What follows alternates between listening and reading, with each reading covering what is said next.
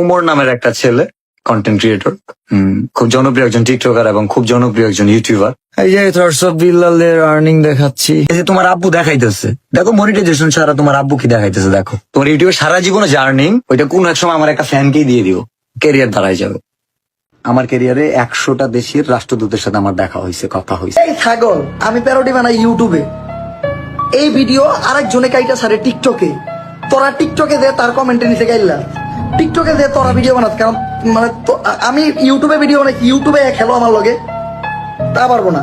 Guys, কেমন আছেন সবাই? আশা করি সবাই খুব ভালো আছেন। এইবার ওমরের সাথে তুমুল ঝগড়া থটস অফ বিল্লালের, মানে রীতিমতো থটস অফ বিল্লালকে সবাই গণধোলাই দিচ্ছে। তো থটস অফ বিল্লাল কোন কারণে তার বাটপাড়ি ধরা পড়লো, তাছাড়াও অন্যদিকে ওমর তাকে কিভাবে রোস্টিং করলো, এমনকি গোটা বাংলাদেশের মানুষ এখন থটস অফ বিল্লালকে গণধোলাই দিচ্ছে ভিডিওতে। তাছাড়াও থটস অফ বিল্লাল ওমরকে কিভাবে গালি দিয়েছে তাও দেখাবো, তাই ভিডিওতে লাইক দিয়ে শেষ পর্যন্ত দেখতে থাকুন। গাইস, শুরুতেই কথা বলা যাক, থটস অফ বিল্লাল জনপ্রিয়তা বা সফলতা অর্জন করে এখন সবাইকে বলতেছে কন্টেন্ট ক্রিয়েশন জগতে নাকি সে সবার আব্বা। তাছাড়াও ওমরের নতুন ভিডিওতে তার হৃদয় ভাঙা গর্জনকে ওমর শয়তান ভাঙা গর্জন নামে পরিচিতি দিলে ওমরকে বাজেভাবে কথা বলে। তো সেই ভিডিওটা আপনারা দেখুন। ওমর নামের একটা ছেলে, কন্টেন্ট ক্রিয়েটর, খুব জনপ্রিয় একজন টিকটকার এবং খুব জনপ্রিয় একজন ইউটিউবার, যার ফ্যান বেস অনেক বেশি, অনেক মানুষ তার সাথে কানেক্টেড, অনেক ডাইহার্ট ফ্যান আছে।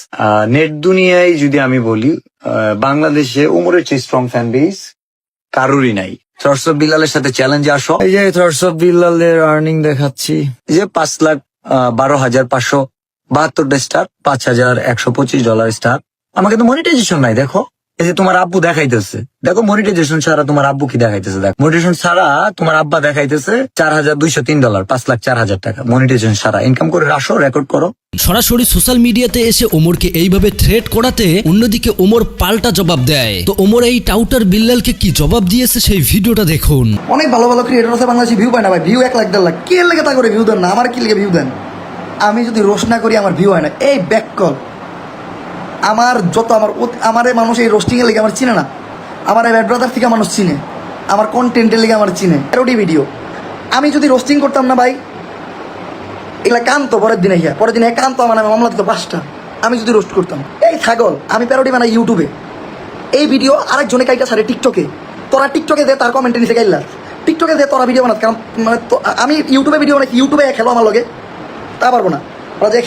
ওমর সরাসরি বলছে ইউটিউবে এসে চ্যালেঞ্জ করো। এই খোলা ময়দানে মাজার বানিয়ে বই বিক্রি করে কখনো কন্টেন্ট ক্রিয়েটর হওয়া যায় না। তাছাড়া অন্যদিকে আবার নাসা ভাই বিনোদন, যে কিনা একসময় থটস অফ বিল্লালের সাথে ঘোরাঘুরি করতো, সেই নাসা ভাই বিনোদনই এইবার এই টাউটার বিল্লালকে ইচ্ছা মতো ধুয়ে দিল।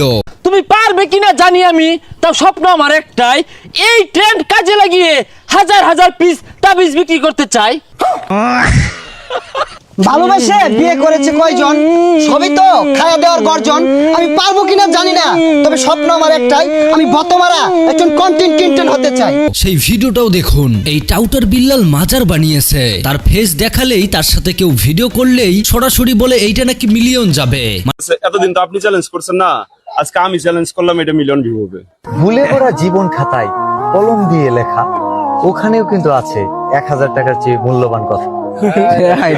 লেখা আছে ভাই, মানে কতটা ভণ্ড সে সেটা একবার ভাবতে পারছেন? হৃদয় ভাঙার গর্জন ওরূপে শয়তান ভাঙার গর্জন, যেই বইয়ের মূল্য 100 টাকা, সেই বই বিক্রি করতেছে 1000 টাকায়। মানে বাটপাড়ি সীমানা থাকা দরকার। তো অন্যদিকে আবার কালামিয়া টাউটার বিল্লালকে কিভাবে ধুয়ে দিল দেখুন।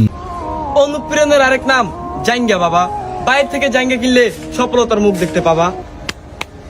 তুমি একদিন বড় কিছু করবা, এই ভিডিওটা 1 মিলিয়ন কনফার্ম, দেখতে হবে না, তুমি বড় কিছু করবা ইনশাআল্লাহ। তুমি পারবা। এই ভিডিওটা 1 মিলিয়ন, দেখো এই ভিডিওটা 1 মিলিয়ন কনফার্ম, 1 মিলিয়ন যাবে। হ্যাঁ, what a funny, I am Janga Baba. তাছাড়াও বন্ধুরা, এই টাউটার বিল্লাল যে ভণ্ডামি করে বই বিক্রি করে বলে এই ভিডিওটার 2-3 মিলিয়ন ভিউ হবে, সেইটা নিয়ে মানুষ কিভাবে গণধোলাই দিচ্ছে দেখুন। অনুপ্রেরণার আরেক নাম, মানে খাইতে খাইতে তো শেষ হয়ে যাচ্ছে তোমরা। মিস্টার ব্রেইনলেস, আমি আপনাকেই বলছি, ব্রেইন থাকলে বোঝার কথা। 350 টাকা বইয়ের দাম। নবীজি কি পদ্ধতিতে চিকিৎসা করছে, পুরো বইয়ের পাতা দেখছো? হ্যাঁ, থটস অফ বিল্লালের বইটা আনেন নাই?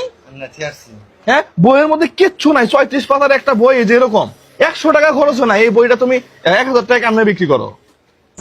এটা ভক্তদের ভালোবাসা, এটা মানুষের ভালোবাসা, আমার কাছ থেকে 1000 দিয়ে নিচ্ছে।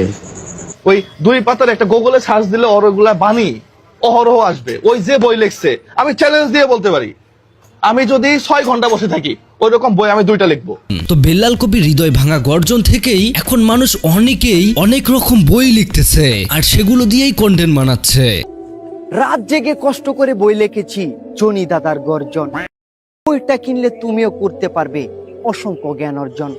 জনি দাদা লুক বালু, তার মাথায় নেই চুল, তাই তো সে করে না কখনোই কোনো ভুল। যদি জনি দাদার মতো তুমিও জ্ঞান অর্জন করতে চাও, তাহলে মাত্র 1000 টাকা দিয়ে আমার কাছ থেকে বইটা কিনে নাও। তো থটস অফ বিল্লালের এই 1000 টাকা বই বিক্রি করা নিয়ে গোটা দেশ এখন এইটার প্রতিবাদ করতেছে। এমনকি হাতে লিখলে নাকি বই 10,000 টাকায় বিক্রি করতেছে এই বিল্লাল। মানে ভাই এখানে কি লেখতেছে এগুলো? এটা লিখতেছি এই বইটা ওই যে 10,000 টাকা একটা অর্ডার আছে, মানে আমি হাতে লিখতেছি। যেই বইয়ের মধ্যে খালি 3-4টা লাইন, 1 পৃষ্ঠার মধ্যে আর কিছু নেই, সেইখানে বাটপাড়ি শুরু করে দিয়েছে এই টাউটার বিল্লাল। তো প্রিয় দর্শক, পুরো ভিডিও দেখার পর আপনাদের মূল্যবান মতামত কি আপনারা অবশ্যই কমেন্ট করে জানাবেন। দেখা হবে পরবর্তী ভিডিওতে। আল্লাহ হাফেজ।